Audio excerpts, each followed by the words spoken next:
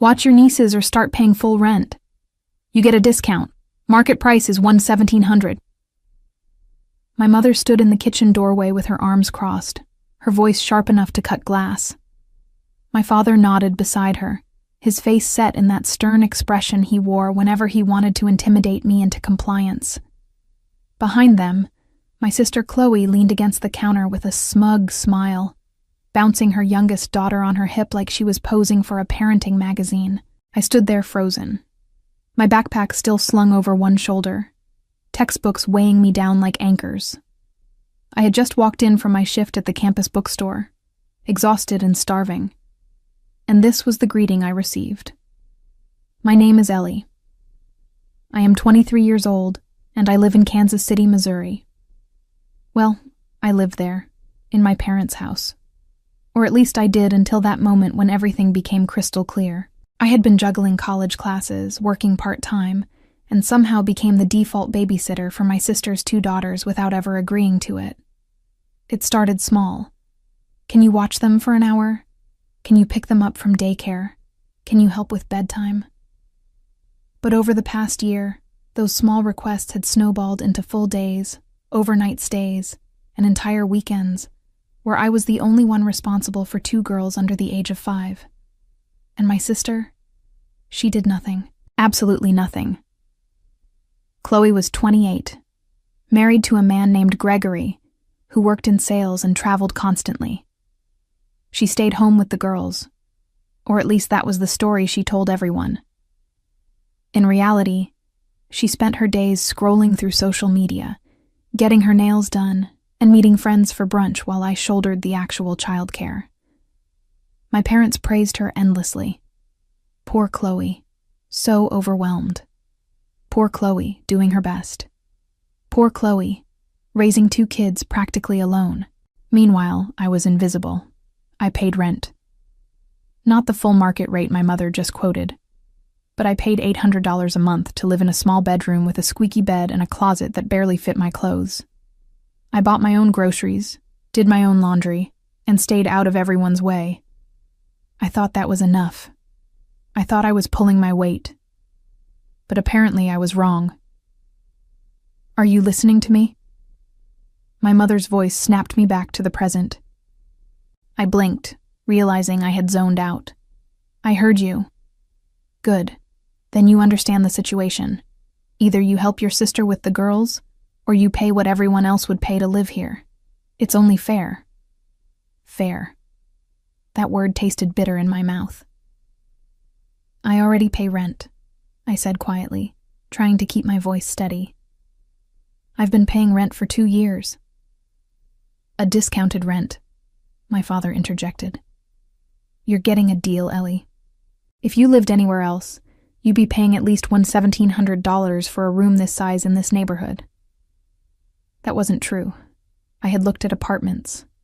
I knew the going rates. But arguing felt pointless. Chloe shifted her daughter to her other hip and sighed dramatically. Honestly, Ellie, I don't see why this is such a big deal. You're young. You have so much energy. I'm exhausted all the time, and I could really use the help. It's family. We're supposed to help each other. I stared at her, searching for any hint of self-awareness, but there was none. She genuinely believed she was the victim in this scenario. I have classes, I said, and work. I can't just drop everything to babysit. Then drop work, my mother said, as if it were the most logical solution in the world. You don't need a job. You're living at home. We're supporting you. Supporting me. The words echoed in my head, hollow and false. They weren't supporting me. They were trapping me. I wanted to scream. I wanted to throw my backpack on the floor and tell them exactly what I thought of their so-called fairness. But instead, I swallowed my anger and forced a neutral expression onto my face. I'll think about it, I said. My mother frowned. There's nothing to think about, Ellie. You need to make a decision by the end of the week. Either you help Chloe with the girls, or you pay full rent. Those are your options. I nodded slowly, then turned and walked upstairs to my room. My hands were shaking as I closed the door behind me. I dropped my backpack on the floor and sat on the edge of my bed, staring at the wall. This wasn't the first time my parents had prioritized Chloe over me. It had been happening my whole life. She was the golden child, the one who could do no wrong. And I was the afterthought, the one expected to sacrifice everything without complaint. But this felt different. This felt like a breaking point. As I sat there in the dim light of my cramped room, a thought began to take shape in my mind. A dangerous, thrilling thought. What if I just left? The thought lingered with me through the rest of the evening and into the next morning. What if I just left? It sounded so simple, almost naive. But the more I turned it over in my mind, the more it felt like the only real option I had. I lay in bed that night, staring at the ceiling and replaying every moment that had led me here. It wasn't just the ultimatum my parents had delivered. It was the accumulation of years of being overlooked, undervalued, and used. Growing up, Chloe had always been the favorite. She was bubbly and outgoing, the kind of daughter who made friends easily and charmed adults without trying. I was quieter, more reserved. I preferred books to parties, studying to socializing. My parents never seemed to know what to do with me. When Chloe graduated high school, they threw her a massive party and gave her a car. When I graduated, they took me to dinner at a chain restaurant and told me I should be grateful. When Chloe got married at 24, they paid for the entire wedding. It was lavish, expensive, and everything she wanted. When I mentioned wanting to study abroad during college, they told me it was too expensive and not worth the investment. And now, Chloe had 2 daughters, and my parents treated her like a saint for simply existing as a mother. Never mind that I was the one who actually took care of those girls half the time. I thought about the past year, about all the times I had rearranged my schedule to accommodate Chloe's needs. I had missed study groups, skipped social events, and turned down extra shifts at work because I was expected to be available whenever she needed me. And what did I get in return? Nothing. Not even a thank you. I remembered one particular evening a few months ago. I had an important exam the next morning, and I was in my room trying to study when Chloe knocked on my door. "Hey, can you watch the girls tonight? Gregory and I have dinner reservations." I stared at her, stunned. "Chloe, I have an exam tomorrow. I really need to study." She waved a hand dismissively. "You'll be fine. You're smart. You'll pass. Come on, Ellie. I never get to go out anymore." I wanted to say no. I wanted to stand my ground. But she stood there with that pleading look on her face, and I caved. I watched the girls that night. I barely slept. I took the exam exhausted and ended up with a lower grade than I had hoped for. Chloe never even asked how it went. That was the pattern. She took, and I gave, and no one ever questioned it. The next morning, I woke up early and went for a walk. I needed to clear my head, to think through my options logically. I wandered through the quiet streets of my neighborhood, past rows of identical houses with manicured lawns and 2-car garages. This was the life my parents valued: stability, conformity, keeping up appearances. But it wasn't the life I wanted. I stopped at a small park and sat on a bench, watching a group of kids play on the swings. I thought about my nieces, about how much I loved them despite everything. They were sweet, innocent, and deserved better than to be used as bargaining chips. But loving them didn't mean I had to sacrifice my entire future for them. I pulled out my phone and started searching for apartments. I had done this before, half-heartedly, always talking myself out of it because it seemed too risky. But this time felt different. This time, I was serious. I scrolled through listings, filtering by price and location. Most places were out of my budget, but there were a few possibilities. Tiny studios in neighborhoods I didn't know. Shared apartments with strangers. Places that weren't perfect, but were mine. One listing caught my eye. It was a small studio in a building near campus. The rent was manageable if I picked up more hours at work. The photos showed a cramped but clean space with a kitchenette and a bathroom. It wasn't much, but it was available immediately.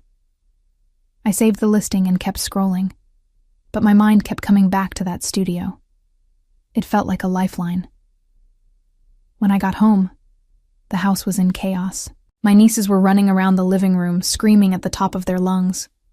Chloe was on the couch, staring at her phone, completely unbothered by the noise. "Ellie," she called out when she saw me. "Can you make them lunch? I'm exhausted." I looked at her, sitting there in her pajamas at noon, and something inside me snapped. Not visibly. I didn't yell or storm off, but internally I felt a shift, a quiet, resolute decision.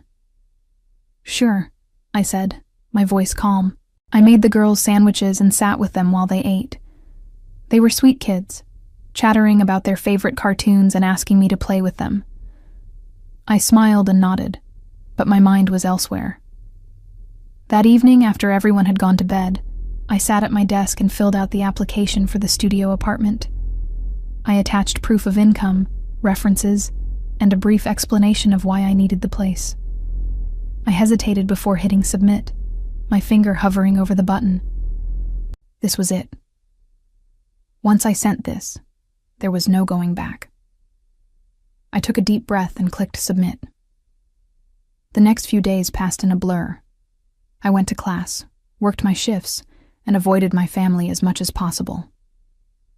Every time my mother brought up the ultimatum, I gave vague, non-committal answers. I needed time. I needed to figure things out. Then, 3 days later, I got an email. The landlord wanted to meet me. My heart raced as I read the message. This was real. This was happening. I scheduled a viewing for the next afternoon, telling my parents I had a study group. The studio was even smaller in person than it had looked in the photos, but it was clean and quiet. The landlord, a middle-aged woman named Dorothy, seemed kind and understanding when I explained my situation. "I can move in next week," I said, trying to keep the desperation out of my voice. She smiled. "I'll send you the lease tonight." I signed it that same evening. The week that followed was the strangest of my life. On the surface, everything appeared normal. I went to class, worked my shifts, watched my nieces when Chloe demanded it. But underneath, I was planning my escape. I started packing in secret.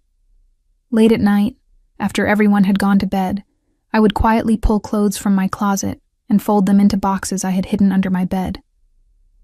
I sorted through my belongings, deciding what to take and what to leave behind.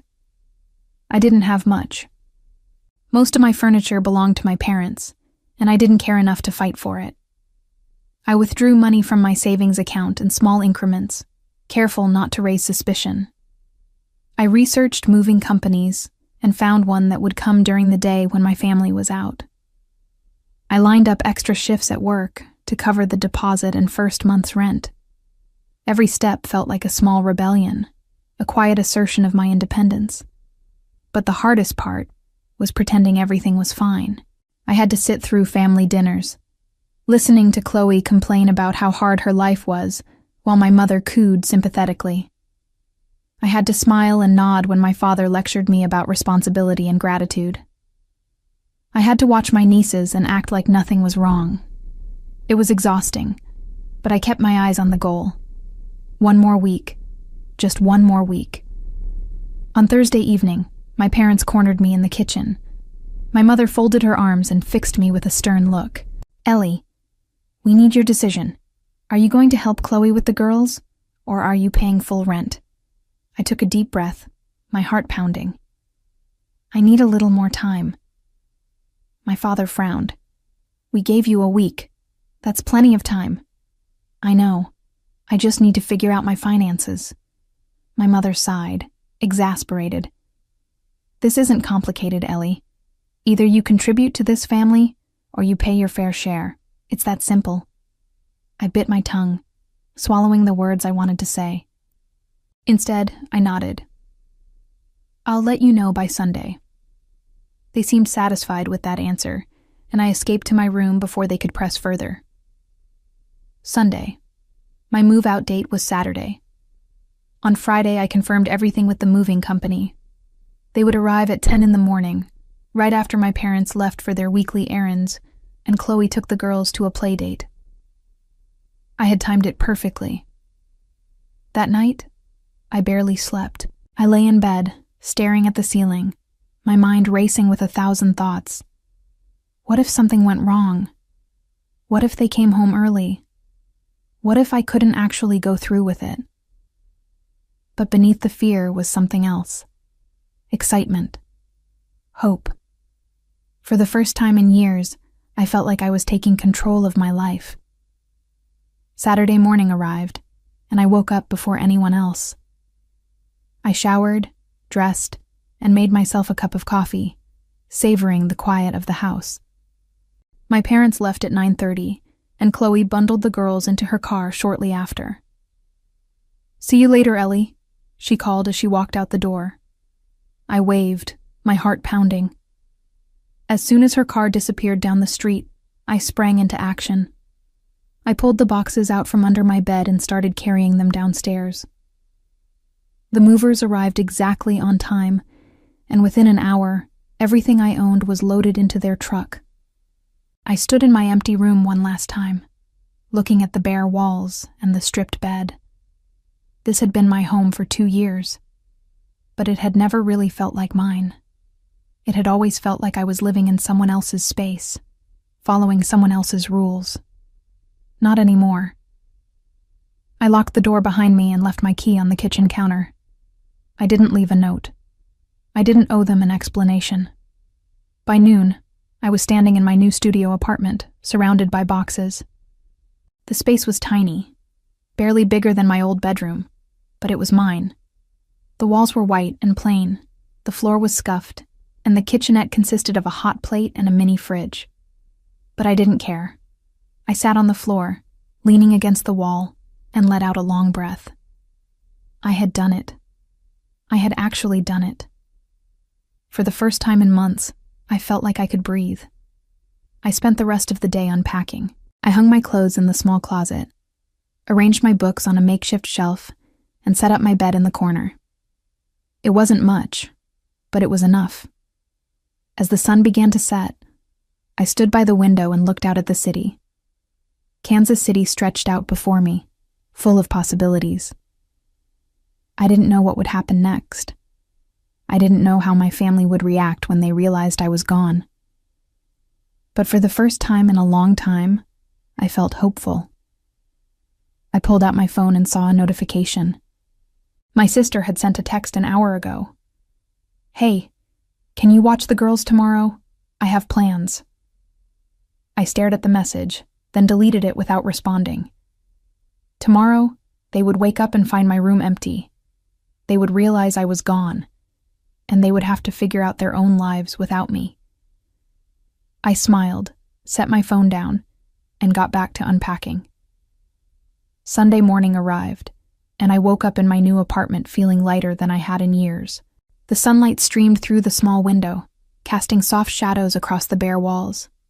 I stretched, savoring the silence. No crying children, no demanding voices, just peace. I made myself a simple breakfast using the hot plate and the few groceries I had picked up the night before. As I ate, I kept glancing at my phone, half expecting a frantic call or a string of angry messages. But the screen stayed dark. They didn't know yet. I imagined what was happening back at the house. Chloe probably woke up late, stumbling downstairs in her pajamas to find the girls already awake and demanding breakfast. She would call for me, expecting me to appear like I always did. But this time, I wouldn't come. She would climb the stairs, knock on my door, and push it open to find the room empty, the bed stripped, the closet bare. And maybe, just maybe, she would realize what she had lost. I smiled at the thought. I spent the morning organizing my new space, rearranging furniture and finding homes for my belongings. It was small, but it was mine. I could walk around without tiptoeing. I could play music without worrying about waking anyone up. I could just exist without constantly being on call. Around noon, my phone buzzed. I picked it up and saw a text from Chloe. "Where are you? The girls are driving me crazy. Can you come watch them?" I stared at the message, my heart pounding. I could picture her standing in the kitchen, frustrated and overwhelmed, expecting me to drop everything and rush over. I didn't respond. A few minutes later, another text came through. "Ellie? Seriously, where are you? I need help." Still, I didn't reply. Then came a call. I watched as Chloe's name flashed across the screen, the phone vibrating in my hand. I let it ring until it went to voicemail. She called again. And again. I ignored everyone. Finally, a text from my mother appeared. "Ellie, why aren't you answering your sister? She needs you." I set the phone down and went back to unpacking. By late afternoon, the messages had escalated. My mother called 3 times. My father sent a terse text asking where I was.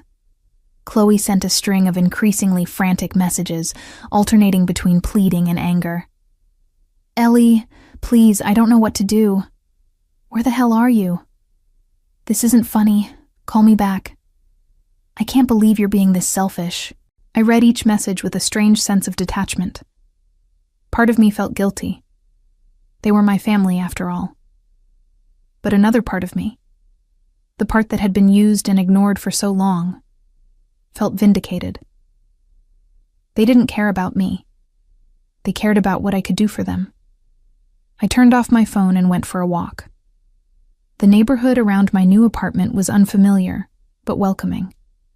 There were small shops, cafes, and tree-lined streets filled with people going about their lives.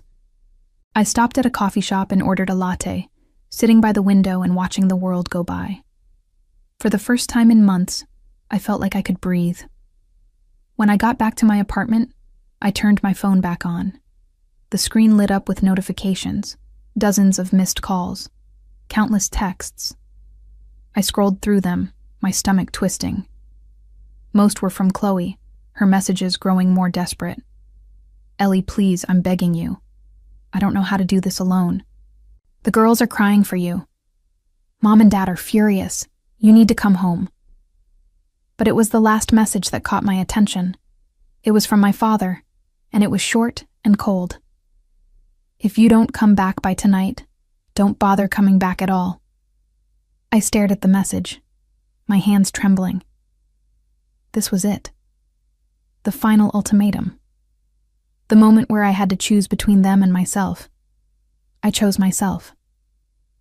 I typed a single message and sent it to the family group chat. "I moved out. I won't be coming back." I turned off my phone again and set it on the counter. The rest of the evening passed in a blur. I tried to distract myself by watching a movie on my laptop, but I couldn't focus. My mind kept drifting back to my family, to the chaos I had left behind. I wondered if they were angry. I wondered if they were worried. I wondered if they even cared. But more than anything, I wondered if I had made the right choice. As the night grew darker, I climbed into bed and stared at the ceiling. The apartment felt too quiet, almost eerie. I was alone in a way I had never been before, but I wasn't lonely. For the first time in years, I felt free. The next morning, I woke up to silence. No alarms, no crying, no demands. Just silence. I stretched, rolled out of bed, and made myself breakfast. As I sat by the window, sipping my coffee and watching the city wake up, I realized something. I didn't miss them. I didn't miss the constant pressure, the endless demands, the feeling of being invisible. I didn't miss being treated like a servant instead of a daughter. I missed my nieces, yes. I missed their laughter and their hugs. But I didn't miss the way my family had used them as a weapon against me.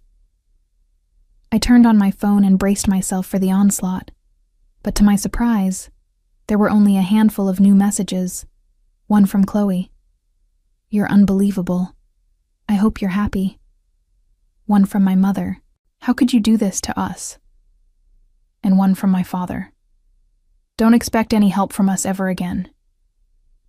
I read each message, then deleted them without responding. They didn't get it. They still thought this was about them. But it wasn't. It was about me. It was about finally choosing my own life over their expectations. I finished my coffee, grabbed my bag, and headed out the door. I had a shift at the bookstore in an hour, and after that, I had a class. My life was just beginning, and I wasn't going to waste another moment looking back. The days that followed my move were a strange mix of relief and anxiety. I threw myself into my routine, focusing on work and school, trying to drown out the lingering guilt that gnawed at the edges of my mind. But no matter how hard I tried, I couldn't shake the feeling that something was brewing. My phone stayed mostly silent. Chloe sent a few more bitter messages, but they grew less frequent as the days passed. My parents didn't reach out at all. It was as if I had been erased from their lives, cut out like a bad memory. And honestly, I was okay with that. Or at least, I told myself I was.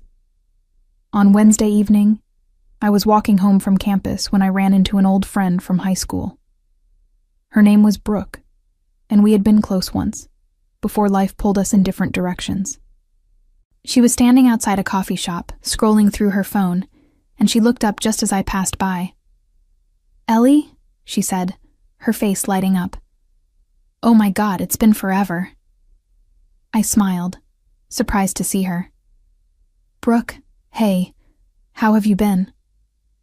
We hugged, and she insisted on buying me a coffee.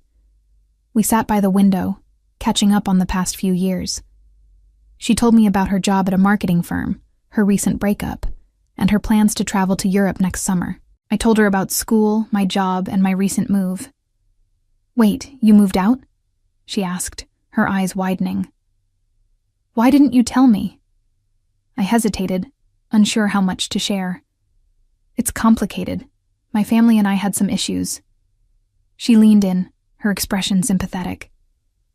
"What happened?" I gave her the short version, leaving out the most painful details. She listened intently, nodding along.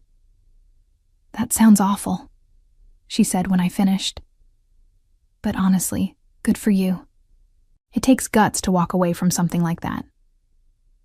Her words were comforting, and for the first time since I had left, I felt like someone actually understood. We talked for over an hour, and by the time we said goodbye, I felt lighter.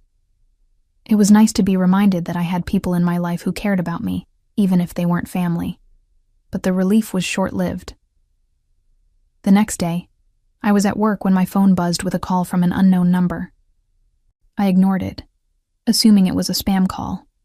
But then it rang again, and again. Finally, I stepped outside and answered. "Hello? Ellie?" The voice on the other end was breathless and panicked. It took me a moment to place it. It was Gregory, Chloe's husband. "Gregory? What's going on?" "Ellie, I need to talk to you. It's about Chloe." My stomach dropped. "What about her?" He hesitated, then sighed. "She's losing it. Ever since you left, she's been a mess. The girls are out of control, and she can't handle it. She's been calling me constantly, crying, begging me to come home early from trips. I don't know what to do." I felt a pang of guilt, but I pushed it down. "Gregory, that's not my problem."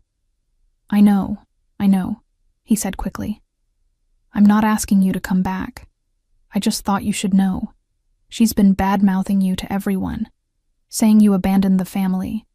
Your parents are backing her up." My jaw tightened.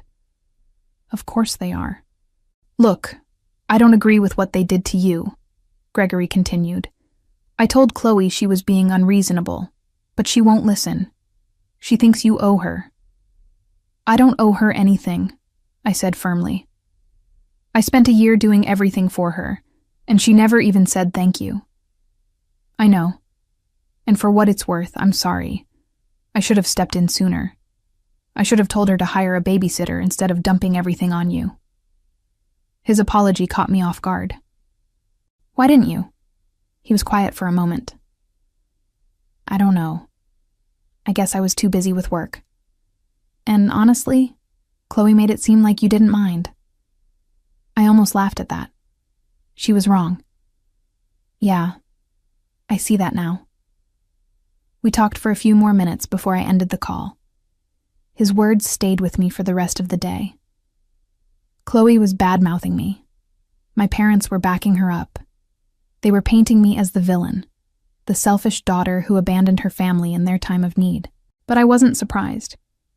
That's what they did. They twisted the narrative to suit themselves, making me the problem so they didn't have to face their own failures. I refused to let it get to me. I had made my choice, and I wasn't going to second-guess it. That evening, I was sitting in my apartment, studying for an exam, when I heard a knock on the door. I froze, my heart racing. No one knew where I lived. I hadn't given my address to anyone. I walked to the door and peered through the peephole. My breath caught in my throat. It was Chloe. She stood in the hallway, her arms crossed, her face set in a scowl. Behind her, I could see my mother. My first instinct was to not answer, to pretend I wasn't home and hope they went away. But before I could move, Chloe knocked again, louder this time. "Ellie, I know you're in there. Open the door." I took a deep breath, steeling myself, and opened the door. "What are you doing here?" I asked, my voice cold. Chloe glared at me. "What am I doing here? What are you doing here? You just left. No explanation, no warning. Do you have any idea what you've put us through?" "I sent a message," I said. "I told you I moved out." "A message?" my mother interjected, stepping forward. "You call that an explanation? You owe us more than that, Ellie." "I don't owe you anything," I said, my voice rising. "I paid rent. I did everything you asked, and you still treated me like I was nothing." "We gave you a home," my mother snapped. "We supported you. You used me," I shot back. "You made me your live-in babysitter and then threatened to kick me out when I couldn't do it anymore. That's not support. That's manipulation." Chloe's face twisted with anger. "You're so selfish. You have no idea how hard it is to be a mother." "And you have no idea how hard it is to be me," I said. "I was trying to finish school, work, and raise your kids. Your kids, Chloe, not mine." "They're your nieces," she said, her voice breaking. "They love you, and you just left them." The words hit me like a punch to the gut. I loved my nieces. I did, but I couldn't sacrifice my entire life for them. "I'm sorry," I said, my voice softening. "But I had to do this. I couldn't keep living like that." My mother shook her head, her expression hard. "You're making a mistake, Ellie. You'll regret this." "Maybe," I said. "But it's my mistake to make." Chloe opened her mouth to say something else, but I stepped back and closed the door in her face. I leaned against the door, my heart pounding, and listened as their footsteps faded down the hallway. They were gone, and I was still standing. The encounter with Chloe and my mother left me shaken, but it also solidified something inside me. I had made the right choice. Seeing them at my door, demanding answers and trying to guilt me into coming back, only confirmed what I already knew. They didn't care about me. They cared about what I could do for them. I spent the next few days in a strange state of hyper-awareness. Every time my phone buzzed, I braced myself for another confrontation. Every time I heard footsteps in the hallway, I wondered if it was them coming back. But days turned into a week, and they didn't return. Instead, the texts started. Not from Chloe or my parents, but from extended family members. Aunts, uncles, cousins I hadn't spoken to in years. All of them had heard the story, twisted and distorted, and they all had opinions. Your mother is heartbroken. How could you do this to her? Family is everything. You should be ashamed. You need to apologize and go home. I deleted each message without responding. They didn't know the full story, and I wasn't about to waste my energy explaining it to people who had already made up their minds. But there was one message that stood out. It was from my Aunt Joyce, my mother's older sister.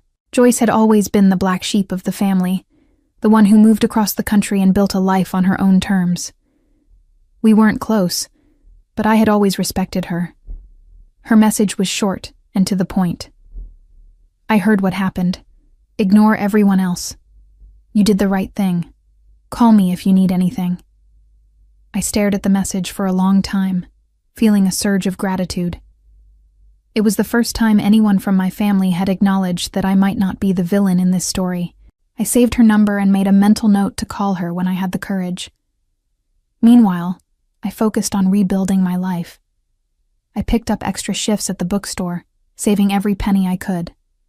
I stayed on top of my coursework, determined not to let my personal drama affect my grades. And slowly, I started to feel like myself again. But the real turning point came 2 weeks after I moved out. I was sitting in my apartment one evening, scrolling through social media, when I came across a post from Chloe. It was a photo of her and the girls at a park, smiling for the camera. The caption read, "Just us girls today. Sometimes you have to do everything yourself. Mom life. Strong mom." I stared at the post, my blood boiling. She was painting herself as a martyr, as if she had been doing everything alone all along. But then I scrolled down and saw the comments. One of Chloe's friends had written, "Where's Ellie? Doesn't she usually help with the girls?" Chloe had responded, "She moved out without warning, left us high and dry, but we're managing." Another friend replied, "That's so messed up. Family should stick together." I felt a surge of anger, but I didn't respond. I didn't need to defend myself to strangers on the internet. Instead, I kept scrolling. And that's when I saw it. A post from a mutual friend of Chloe's and mine. Her name was Jessica, and she had posted a screenshot of a conversation she had with Chloe. The conversation was dated from a few months ago, long before I moved out. In it, Chloe was laughing about how she had gotten rid of daycare forever, because I would never dare move out. She had written, "Ellie's too scared to leave. She'll do whatever we tell her. It's perfect." I stared at the screenshot, my hands trembling. She had planned this. She had manipulated me, used me, and laughed about it behind my back. And now she was playing the victim. Something inside me snapped. I took a screenshot of the conversation and saved it to my phone. Then I started digging. I went through old text messages, looking for every instance where Chloe had taken advantage of me. I found dozens. Texts where she asked me to babysit at the last minute. Texts where she canceled plans with me because she forgot she had other commitments. Texts where she complained about how hard her life was while I was in the middle of finals. I compiled everything into a folder and sat back, staring at the evidence. This was it. This was the proof I needed to show everyone what had really happened. But then I hesitated. Did I really want to do this? Did I want to air our dirty laundry for the world to see? I thought about it for a long time. Part of me wanted to take the high road, to let it go and move on with my life. But another part of me, the part that had been silenced for so long, wanted justice. I wanted people to know the truth. So I made a decision. I opened a new document and started writing. I wrote about everything. The years of being overlooked, the months of being used as free labor, the ultimatum my parents had given me. I wrote about Chloe's manipulation, about the screenshot Jessica had posted, about the way my family had painted me as the villain. I wrote until my hands hurt and my eyes burned. And when I was done, I saved the document and set it aside. I wasn't ready to share it yet. But I would be. The next morning, I woke up to a text from Gregory. Chloe hired a nanny. She's freaking out about the cost, but at least the girls are being taken care of. Thought you'd want to know. I smiled. Good. They were finally facing the reality of their situation. I texted back, "Thanks for letting me know." He responded a few minutes later. "For what it's worth, I think you made the right call." Chloe needed a wake-up call. I didn't respond to that, but his words stayed with me. Maybe I wasn't the villain after all. The following week, I focused entirely on myself. I went to class, worked my shifts, and spent my evenings in my small apartment, enjoying the peace and quiet. For the first time in over a year, I wasn't constantly worrying about someone else's needs. I could study without interruption, sleep without being woken up by crying children, and exist without feeling like I was perpetually on call. It was liberating. But in the back of my mind, I knew this wasn't over. Chloe and my parents hadn't given up. They were just regrouping, figuring out their next move, and I needed to be ready. On Friday morning, I woke up to find that Chloe had posted another photo on social media. This time, it was a picture of the girls at a playground, their faces smudged with ice cream. The caption read, "Doing my best to keep smiling through tough times. Being a single mom isn't easy, but my girls are worth it. Blessed mom, nah, family first." I rolled my eyes. Single mom? Gregory was still very much in the picture, even if he traveled for work. But of course, Chloe had to play the victim. The comments section was filled with sympathy. "You're so strong. Those girls are lucky to have you. Some people just don't understand family loyalty." I knew that last comment was directed at me. I closed the app and went about my day, refusing to let it get under my skin. But later that evening, I received a message from Jessica, the friend who had posted the screenshot. "Hey, Ellie. I just wanted to reach out and say I'm sorry for what you've been going through. I didn't realize how bad things were until I saw that old conversation. Chloe has always been self-centered, but this is a new low." I stared at the message, surprised. Jessica and I had never been particularly close, but her words felt genuine. I typed back, "Thanks, I appreciate that." She responded almost immediately, "If you ever want to talk, I'm here, and for what it's worth, I think you did the right thing." Her support meant more than I had expected. It was a reminder that not everyone believed Chloe's version of events. Over the weekend, I met up with Brooke again. We grabbed lunch at a small cafe near campus, and I told her everything. The screenshot, the messages, the way my family was twisting the narrative. "You need to set the record straight," Brooke said, her eyes blazing with indignation. "They're making you look like the bad guy when they're the ones who treated you like garbage." "I know," I said.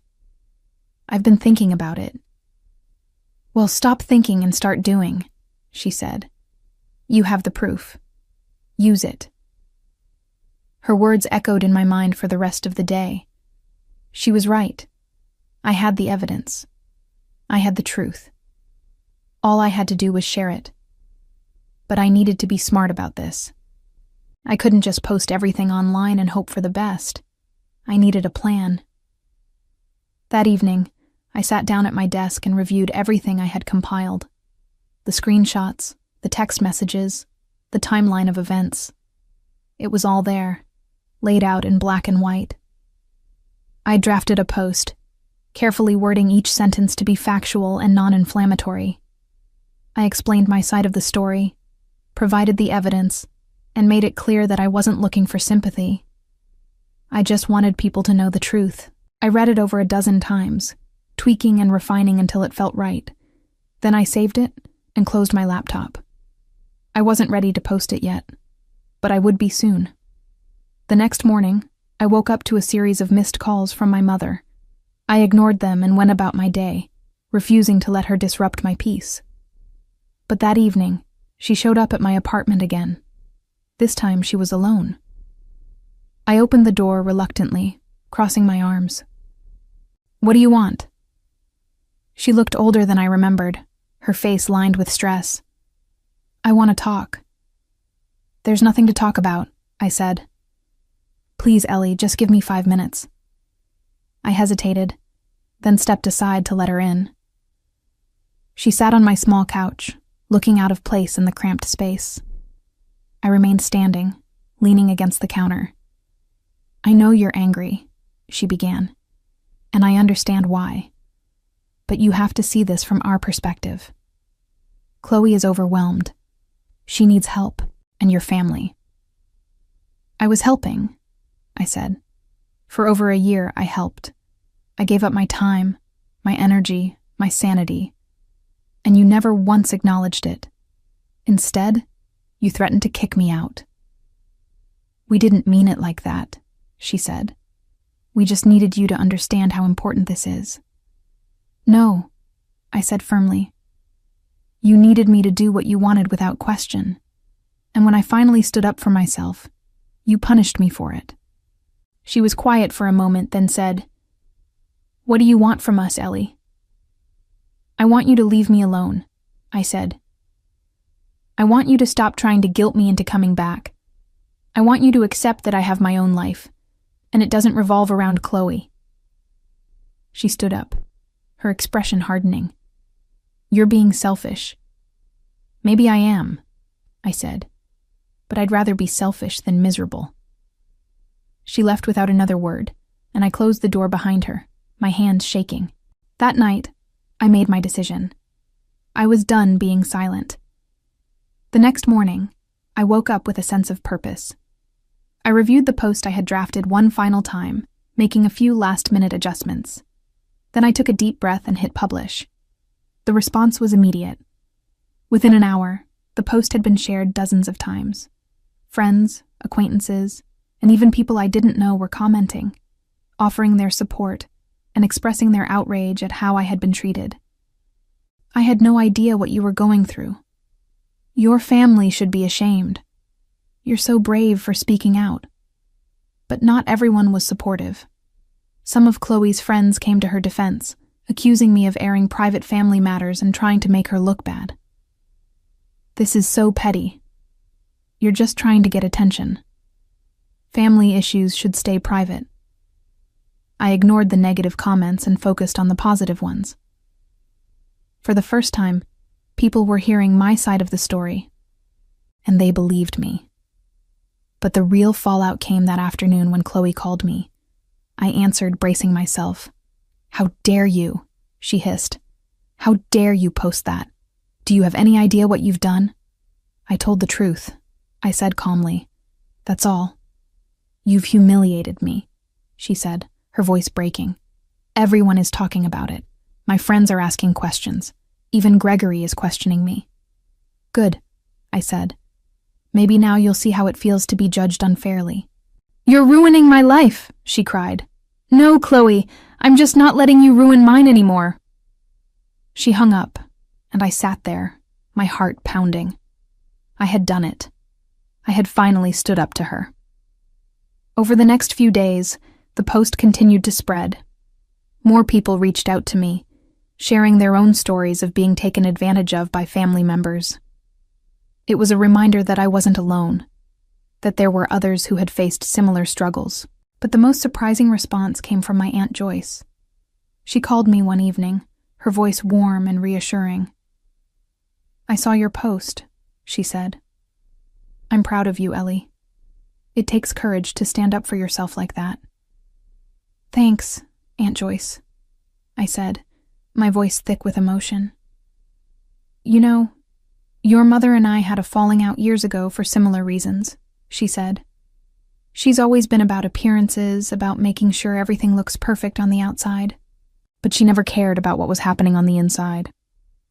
Her words resonated with me. "I didn't know that." "Well, now you do. And I want you to know that you're not alone. If you ever need anything at all, you call me. Okay?" "Okay," I said, tears streaming down my face. After we hung up, I felt a weight lift off my shoulders. I had lost my immediate family, yes, but I had gained something more valuable, my freedom. and the support of people who truly cared about me. The following week, I received a message from Gregory. He asked if we could meet for coffee, and I agreed, curious about what he had to say. We met at a small cafe near campus. He looked tired, his face drawn. "I wanted to apologize," he said as soon as we sat down. "For everything. I should have stepped in sooner. I should have told Chloe to stop taking advantage of you." "Why didn't you?" I asked. He sighed. "Honestly, I was avoiding the problem. I travel so much for work, and when I'm home, I just want peace. It was easier to let things slide than to confront Chloe." "That's not good enough," I said. "I know," he said, "and I'm sorry. For what it's worth, I've told Chloe that she needs to hire help. We can afford it. She just didn't want to spend the money." I shook my head. "Of course she didn't." "She's been spiraling since you left," he continued. "The nanny helps, but Chloe is struggling to adjust. She never realized how much you were doing." "That's not my problem," I said. "I know," he said, "but I thought you should know. And I wanted to thank you, actually." "Thank me?" I asked, surprised. "Yeah. You standing up for yourself forced us to face reality. Chloe is finally taking responsibility for her own life. It's been hard, but I think it's necessary." I didn't know how to respond to that. Part of me was glad that my leaving had forced change, but another part of me was still angry at how long it had taken for anyone to acknowledge my pain. We talked for a while longer, and by the time we parted ways, I felt a sense of closure. Gregory wasn't perfect, but at least he was trying. That evening, I sat in my apartment and reflected on everything that had happened. I had lost my family, yes, but I had gained something more important: myself. I was no longer the girl who sacrificed everything for people who didn't appreciate her. I was someone who stood up for what she deserved. And that was worth more than any family approval. Life settled into a new rhythm after that. I continued working at the bookstore, picking up extra shifts whenever I could. My classes kept me busy, and I found myself genuinely enjoying the work without the constant weight of obligation dragging me down. My grades improved, my stress levels dropped, and for the first time in years, I felt like I was actually living instead of just surviving. One morning, about a month after I moved out, I was sitting in a coffee shop near campus, working on an essay, when my phone buzzed with a notification. It was a message from Jessica. "Hey, just wanted to give you a heads up. Chloe is posting about you again. Thought you should know." I sighed and opened the app. Sure enough, there was a new post from Chloe, but this time, it wasn't a photo of the girls or a cryptic caption about being a strong mom. It was a long, rambling rant. "Some people will never understand what it means to be family. They'll take and then leave you when you need them most. But karma has a way of catching up with selfish people. Just remember, the truth always comes out in the end." The comments were divided. Some people supported her, while others called her out for being vague and passive-aggressive. A few even mentioned my post, pointing out that I had provided receipts while she was just making accusations. I closed the app and went back to my essay. I had said my piece.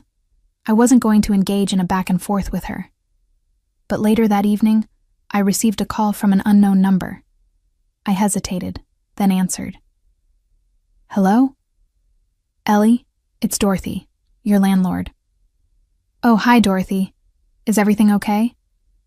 "Yes, everything's fine. I just wanted to check in and see how you're settling in."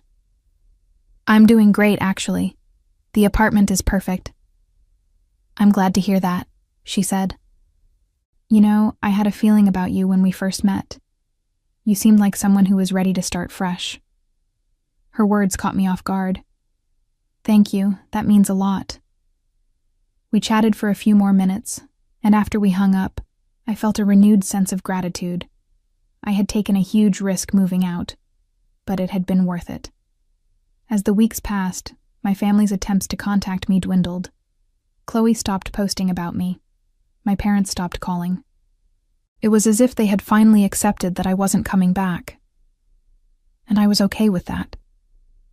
One Saturday afternoon, I was walking through a farmer's market when I ran into Brooke. She was carrying a basket full of fresh produce, her face lighting up when she saw me. "Ellie, perfect timing. Want to grab lunch?" We found a small food truck and sat at a picnic table, eating tacos and catching up. Brooke told me about her recent promotion at work, and I told her about my improving grades. "You seem different," she said, studying me. "Happier." "I am," I said. "I didn't realize how much that situation was dragging me down until I got out of it." She smiled. "I'm proud of you, seriously. It takes guts to walk away from family." "Thanks," I said. "It wasn't easy, but it was necessary." As we finished our lunch, I felt a sense of peace settle over me. I had made the right choice, and I was finally starting to see the rewards. That evening, I received a text from Aunt Joyce. "Just thinking about you. Hope you're doing well. Remember, you always have a place to stay if you ever need it." I smiled and texted back, "Thanks, Aunt Joyce. I'm doing great." A few months later, I received one final message from Chloe. It was short and bitter. "I hope you're happy. You got what you wanted. We're struggling over here, but I guess that doesn't matter to you." I stared at the message for a long time, then deleted it without responding. She still didn't get it. She still thought this was about punishing her, but it wasn't. It was about saving myself. Chloe's life spiraled after I left. The nanny she hired quit after 3 weeks, unable to deal with her constant demands and lack of respect. She cycled through 2 more before finally finding one who stuck around, but only because she was being paid well above market rate. The cost of childcare ate into her budget, forcing her to cut back on the luxuries she had once taken for granted. Her social media presence shifted from curated perfection to barely concealed frustration. Friends stopped commenting on her posts, and invitations to events dried up. Gregory, tired of her refusal to take responsibility, spent even more time traveling, leaving her to manage everything on her own. My parents fared no better. Their relationship with Chloe became strained as they realized the extent of her manipulation. They were forced to step in to help with the girls more often, cutting into their own social lives. Their friends began to whisper about the family drama, and my mother's carefully cultivated image of a perfect family crumbled. My father, always concerned about appearances, withdrew into silence, unable to face the reality that his favoritism had driven his younger daughter away. As for me, I woke up each morning in my small apartment with a sense of freedom I had never known. I finished my degree with honors, landed a full-time job in my field, and moved into a better apartment a year later. I built a life on my own terms, surrounded by people who valued me for who I was, not what I could do for them. Sometimes, late at night, I thought about my nieces. I missed them. But I knew that loving them didn't mean sacrificing my entire future. And maybe someday when they were older, they would understand why their aunt had to leave. Looking back on everything, I didn't regret my decision.